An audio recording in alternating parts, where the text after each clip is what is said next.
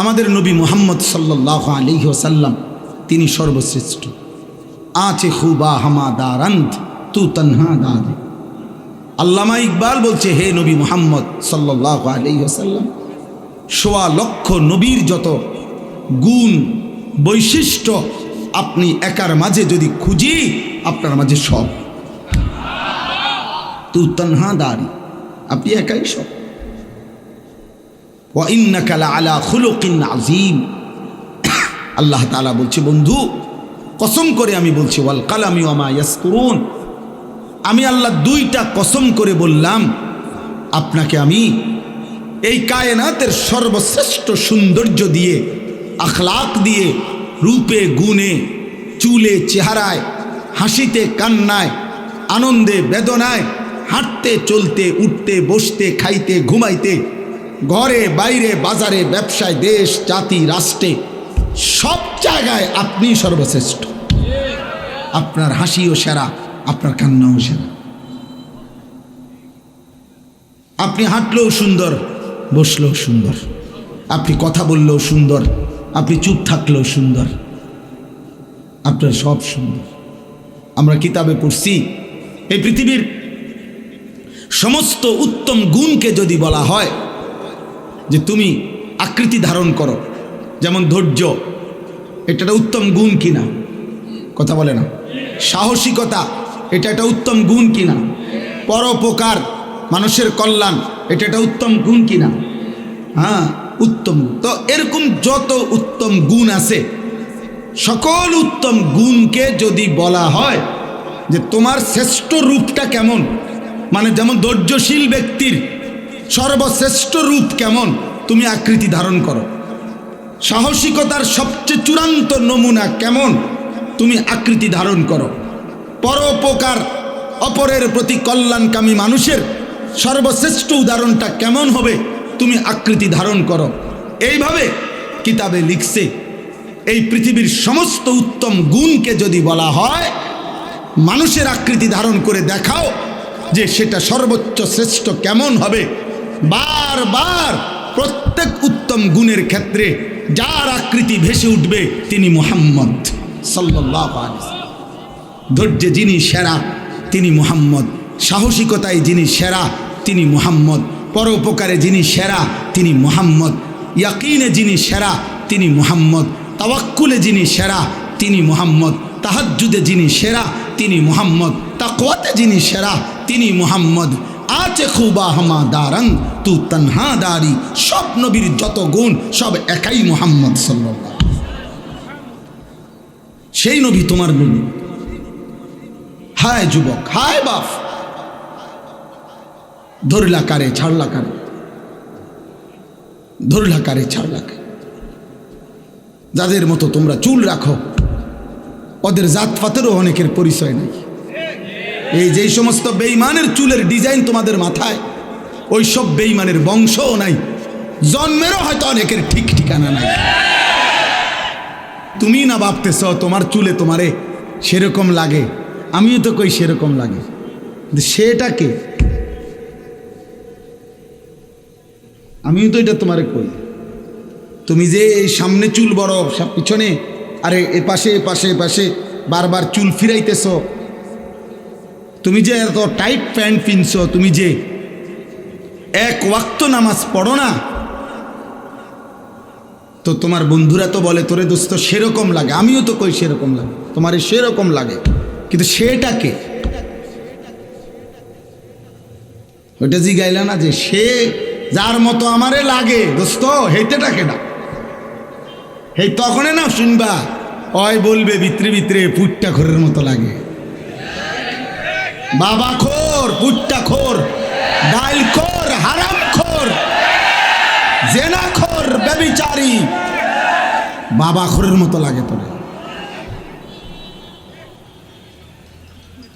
যার কপালে সেজদা নাই না ফরমান, তোরে বুঝি জোনায়েদ বাগদাদির মতো লাগে।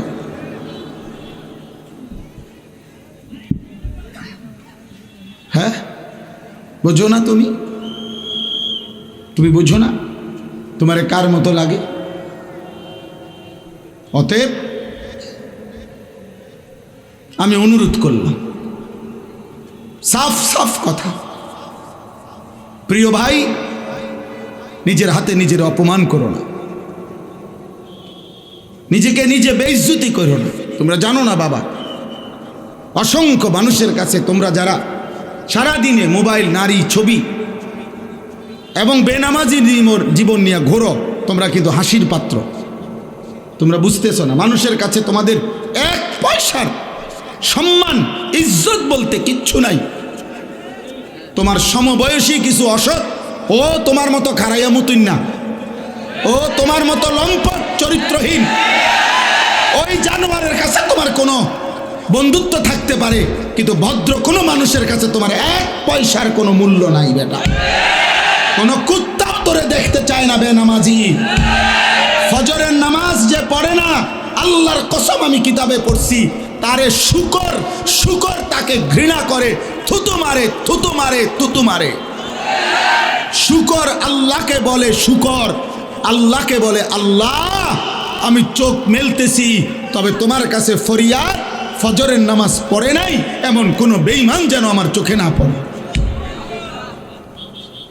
তোরে কুত্তাও পছন্দ করে না বেটা, তোকে শুকরও পছন্দ করে না বেটা। এই জন্য কেউ যে তারে কিছু কয় না, এই জন্য নিজের সেলফি নিজে তোলে। নাহলে ও চিন্তা করছে দরকার না কারো বালার, আমার তে তো আমার ভালো লাগতেছে, আমার কাছে যেহেতু আমার ভাল লাগে, আর মানুষের তারা কি লাগবে, দরকার কি? হ্যাঁ, এই জন্য দেখেন নিজেই চুল ফিরায়,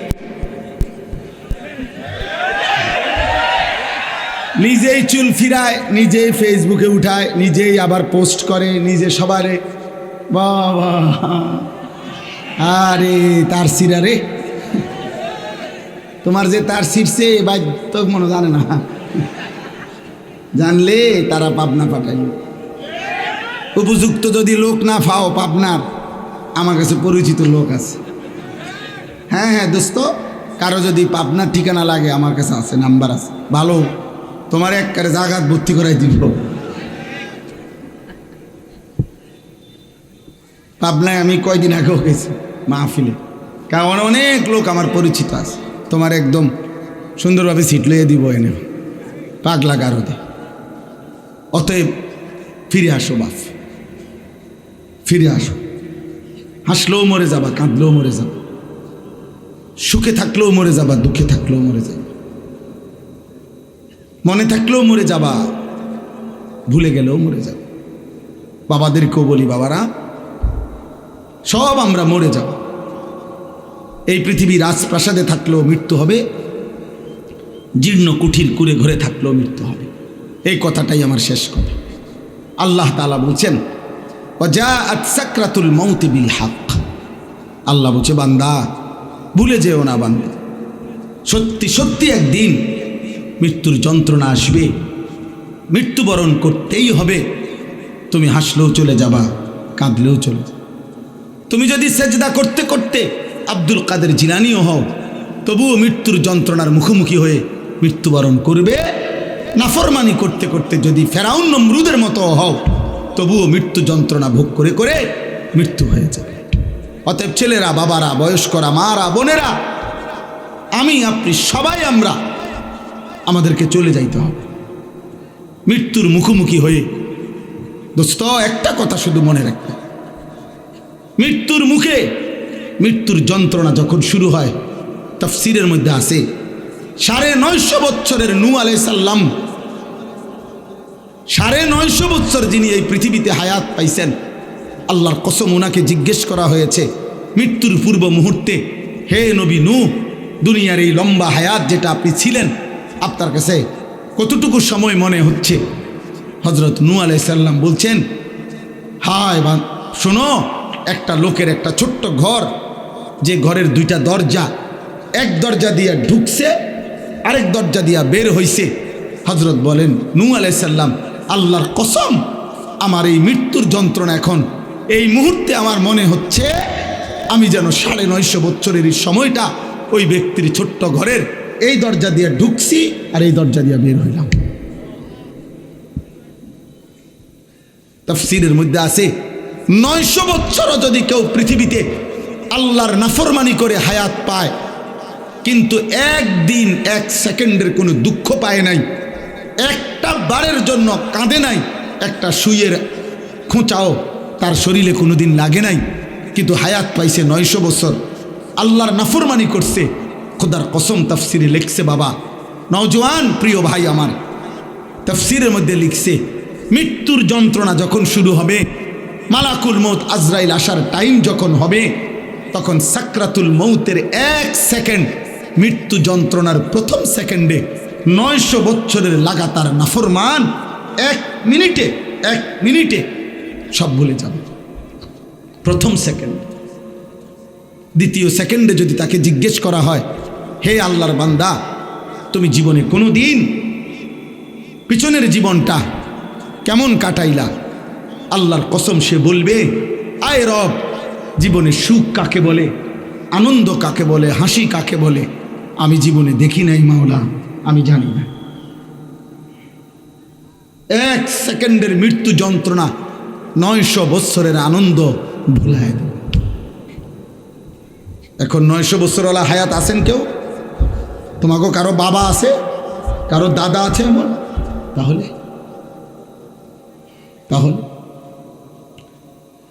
নবী সাল্লাল্লাহু আলাইহি সাল্লামের সাহাবী আমর ইবনুল আস, ওনাকে মৃত্যুর পূর্বে জিজ্ঞেস করা হয়েছিল, হে নবীর সাহাবী, এই মুহূর্তে মৃত্যুর পূর্বে, উনি সাহাবী, ইমানদার, শ্রেষ্ঠ সাহাবীদের একজন, মিশর বিজেতা সাহাবী, সাহাবাদের মধ্যে জলিলুল কদর যারা, ওর মধ্যে একজন আমর ইবনুল আস। ওনারে বলা হয়েছে যে, হে সাহাবী, মৃত্যুর পূর্বে এখন আপনার সাকরাতুল মৌত, মৃত্যুর যন্ত্রণাটা কেমন মনে হইতেছে? আমার কাছে কিতাব আছে দোস্ত, আরবি কিতাবে পড়ছি আমি। উনি বলছে, ইয়া বুনাইয়া, ওনার ছেলেকে বলতেছিলেন, আমার সন্তান, কাআন্না জিবালাদ দুনিয়া আলা সদরি, আমার মনে হইতেছে এই পৃথিবীর সবগুলো পাহাড় আমার বুকের উপরে চাপ দিয়ে রাখছে। কাআন্না জিবালাদ দুনিয়া আলা সদরি, আমার বুকে যেন এই পৃথিবীর সবগুলো পাহাড় চাপ দিয়ে রাখছে। ওয়া কাআন্নী আতানাফাসু মিন সাকবিল ইবরা, আর তিনি বলেন, আমি যেন সুইয়ের ছিদ্র দিয়ে নিঃশ্বাস নিচ্ছি। তুমি কে দোস্ত? আমি কে? হায়, যদি সাহাবীর মৃত্যু যন্ত্রণা এমন লাগে, গত 30 বছর যে সুদ খায় ওই হারামখোরের মৃত্যু যন্ত্রণা কেমন হবে? গত 60 বছর 40 বছর ধরে যেই নাফরমান প্রতিদিন বিড়ি সিগারেট খায়, ওর মৃত্যু যন্ত্রণা কি হবে? প্রতিদিন যে ওজনে কম দেয়, হারাম রোজগার করে, চুরি ডাকাতি ছিনতাই লুণ্ঠন করে, এই নাফরমানের মৃত্যু যন্ত্রণা কেমন হবে? ওই যুবক, বলো না আব্বা, 365 দিনের খোদার 1 বছরে যে কোনো দিন ফজরের নামাজ পড়লা না বাপ, ওই অবস্থায় তোমার মৃত্যু হলে তোমার মৃত্যু যন্ত্রণা কেমন হবে? এরপরে তো জান কবজের কষ্ট, এরপরে তো কবরের কষ্ট, এরপরে হাসরের ময়দানে দাঁড়াইবার কষ্ট, এরপরে মিজানের পাল্লায় হিসাবের কষ্ট, এরপরে ফুলসিরাত পার হওয়ার কষ্ট, এরপরে জাহান্নামের কষ্ট। হায় বাপ, আমি সইব কেমনে, তুমি সইবা কেমনে? আল্লাহু ওয়া রাসূলুহু ওয়াল্লাযীনা আমানুল্লাযীনা ইউকিমুনাস সালাহ, ওই সকল মুমিন মুসলিম পরিচয়ধারী যারা নামাজ আদায় করে। তাহলে কোনো বেনামাজি কোনো ইমানদারের বন্ধু হইতে পারে? তো সরাসরি কোরআন শরীফের আয়াত, কোরআনুল কারীমের মধ্যে আছে, আল্লাহ তাআলা বলছেন, আল আখিল্লাউ ইয়াওমাইদিন বা'দুহুম লিবা'দিন আদুউন ইল্লাল মুত্তাকিন। কিয়ামতের দিন দুনিয়ার সকল বন্ধুরা একে অপরের শত্রু হয়ে যাবে, শুধুমাত্র মুত্তাকি যারা, তাকওয়ার জন্য একজন আরেকজনকে গুনাহ থেকে বাঁচাইবার ক্ষেত্রে, ইবাদত আমলের উপরে চালাইবার ক্ষেত্রে বন্ধুত্ব ছিল, এই মানুষগুলো কিয়ামতের দিনও হাসরে মিজানে ফুলসেরাতেও বন্ধুই থাকবে। কোরআন শরীফের আয়াত। কোরআনুল কারীমের মধ্যে আছে আল্লাহ তাআলা বলছেন অসৎ বন্ধুর কারণে, চরিত্রহীন বন্ধুর কারণে, নাফরমান বন্ধুর কারণে মানুষ হাসরের ময়দানে নিজের আঙ্গুল আফসুস করতে করতে দাঁত দিয়া কামড়াইতে থাকে। ইয়াউমা ইয়াআদ্দু যালিমু আলা ইয়াদাইহি, আল্লাহ বলেন নাফরমান পাপী নিজের দাঁত দিয়ে আঙ্গুল কামড়াবে আর আফসুস করবে। কি করবে? বলবে ইয়া লাইতানি লাম আত্তাখিজ ফুলানান খলিলা, হায় আফসুস আমি যদি ওই অসৎ লোকটাকে বন্ধু না বানাইতাম, যে সকাল থেকে এত লম্বা সময় তার সাথে চললাম, অথচ সে একবারও বলল না যে দোস্ত আমরা দুজনেই মুসলমান,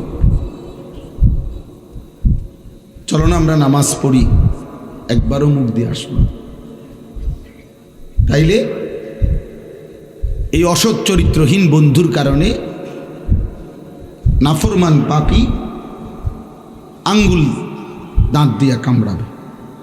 অসৎ সংখ্যা ইকমালুস সিয়াম কিতাবের মধ্যে আছে এই সোহবত সান্নিধ্য কোনো জায়গার মধ্যে যদি পায়খানা লাগে, একটু পায়খানাই লাগছে কোনোখান দিয়ে, এটা দুর্গন্ধ শুধু ওই জায়গাটাতে না বরং বাতাসের মধ্যে পর্যন্ত দুর্গন্ধ ছড়িয়ে যায়, ফলে অন্য মানুষ নাকে লাগে দুর্গন্ধ। মানুষ তখন বলে কিরে এনে কোথাও দুর্গন্ধ, বোঝা গেল দুর্গন্ধ এটা বাতাসকে পর্যন্ত পরিবর্তন করে ফেলছে। আবার কোথাও আতর থাকলে আতরের এই সুঘ্রাণ বাতাসের মধ্যে পর্যন্ত ছড়িয়ে পড়ে, ফলে মানুষের নাকে লাগে আতরের ঘ্রাণ। আতরের ঘ্রাণ নাকে লাগে, অথচ এটা কোনো তার নাকে লাগায় নাই, এটা বাতাসের থেকে তার নাকে লাগছে। এই জন্য সোহবত সান্নিধ্য ভালো কিংবা মন্দ এটা আবহাওয়ার মধ্যে পর্যন্ত আসর করে, প্রভাব বিস্তার করে। এজন্য দোস্ত এটা খুব জরুরি, সান্নিধ্য, আল্লাহওয়ালাদের সোহবত, নেককার মানুষের সান্নিধ্য। আমাদের খুলনার হজরত বাংলাদেশের একজন বড় বুজুর্গ হজরত মৌলানা মুফতি নুরুল আমিন সাহেব, করাচি হজরত কুতবে আলম আরিফ বিল্লাহ হজরত মৌলানা শাহ হাকিম মোহাম্মদ আখতার রহমতুল্লাহ আলাই, ওনার খলিফা। হজরত বলছেন প্রত্যেকটা মুসলমানের উচিত কমপক্ষে নিজ নিজ মহল্লার ইমাম মুয়াজ্জিন যারা সত্যিকার তাকওয়ার সাথে আল্লাহর ঘরের খেদমত করে, নিঃসন্দেহে তারা আল্লাহওয়ালা। হজরত বলেন ওই মহল্লার মানুষের উচিত ওনাদের সাথে হলেও ওনাদের সান্নিধ্য সোহবত সাহচর্য গ্রহণ করা, ওনাদের কাছে হলেও কিছুক্ষণ বসে, হোক তিনি ইমাম। সব হুজুর রে, সব আলেম রে, সব বক্তারে সবাই চিনতে হবে সারা বাংলাদেশ, এটা কোনো জরুরি না, এটা কোনো জরুরি। জনপ্রিয়তা একটি ধোঁকা, জনপ্রিয়তা একদমই ধোঁকা। জনপ্রিয়তা ইতিপূর্বে অনেকের ছিল, এখন নাই। এখন যাদের আছে তাদেরও কয়দিন পরে থাকবে না। অতএব জনপ্রিয়তা কিছুই, জনপ্রিয়তার দ্বারা বক্তারও ফায়দা হয় না, শ্রোতারও ফায়দা। আমারে মনে করেন 1 কোটি মানুষ চিনে, তো আমার কবরের আযাব মাফ তো আর কি লাভ? তা আমার জনপ্রিয়তা দিয়ে কি, আমার সবাই চিনছে তো বুঝলাম, তারপরে 10 কোটি মানুষ চিনলে আমার কবরের আযাব মাফ, তো লাভ হলো কি? তা আমি আর এই জনপ্রিয়তা দিয়ে কি করবো? ঘাস কাটবো? আবার দেখেন আমারে চিনে, মনে করেন 1 কোটি মানুষ আমারে চিনে, এতে আমনের কি লাভ?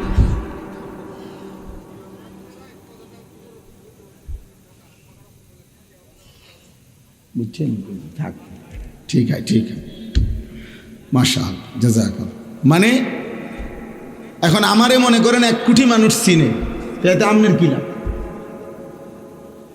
চিনে আমারে না তো আমনে লাফান দিতে, বুঝেন নাই কথা? তো চিনে আমারে সব মানুষ, কবর রাজার মাফি আমনে কথা বলে না কেন? তো তাইলে বক্তার কি লাভ, শ্রোতার কি লাভ? ইমান আমলের ভিত্তিতে, তাকওয়ার ভিত্তিতে বক্তারও লাভ, শ্রোতারও লাভ। সেজদা দিলে আমারও লাভ, আপনাদেরও লাভ। গুনার থেকে বাঁচলে আমারও লাভ, আপনাদেরও লাভ। আল্লাহ তাআলার গোলামি হুকুমের উপরে থাকলে আমারও লাভ, আপনাদেরও লাভ। এজন্য আউলিয়ায়ে কেরাম, বুজুর্গানে দ্বীন সর্বযুগে যখন আল্লাহর কথা বলতেন তো বলতেন উসিকুম ওয়া ইয়া, যে এই কথাগুলো আপনাদেরকেও বলছি, নিজেকেও বলছি। এই দিন, এই শরীয়ত, এই ইসলাম, এই কোরআন, এই সুন্নাহ, নবীজির তরিকা সব আমার জন্য, আপনাদের জন্য নাকি? আমাদের সবার জন্য না? সবার জন্য। এই জন্য দোস্ত বললাম, আমার কথা হলো এই সোহবত, উলামায়ে কেরামের সান্নিধ্য, চোখের এই নজর, মানে শুধু চোখ বলতে এটার অর্থ হইল যে মানে চোখে চোখে আসা যাওয়া করা। যেন এই পরিমাণ একজন আলেমের কাছে, তোমরা কিশোর যুবক তোমাদেরকে বলি ভাই, এই পরিমাণ কোনো আলেমে দ্বীনের কাছে আসা যাওয়া করবা, দেখা সাক্ষাৎ হলো, কথা শুনলা, একটা কথা শুনলা, যেন তোমারে দেখলেই চিনে, দেখলেই চিনে। এই দেখার দ্বারা, চিনার দ্বারা, এই নজরের বরকতে ইনশাআল্লাহ ধীরে ধীরে তোমার মধ্যে আমলের জজবা আসবে, গুনাহ ছেড়ে দেওয়ার মানসিকতা আসবে। হঠাৎ সবার সাথে শূন্য চলে গেল, আর কোনো দিন কোনো আলেম, ইমাম, দিনদার কারোর সাথে কোনো সম্পর্ক নাই, আবার ওই গুনার পরিবেশ, আবার ওই বন্ধুদের আড্ডা, মোবাইলের আড্ডায়, তো আবার এলোমেলো হয়ে যায়। এজন্য একজন আলেমের সাথে আমার শায়েখ আল্লামা মুফতি মুশতাকুর নবী কাসেমি হযরত এটা বলে সবসময়, যে কোনো একজন আলেমের সাথে কমপক্ষে এভাবে সম্পর্ক রাখা উচিত যেন হাসরের ময়দানে উনি দেখলে আপনার চিনে।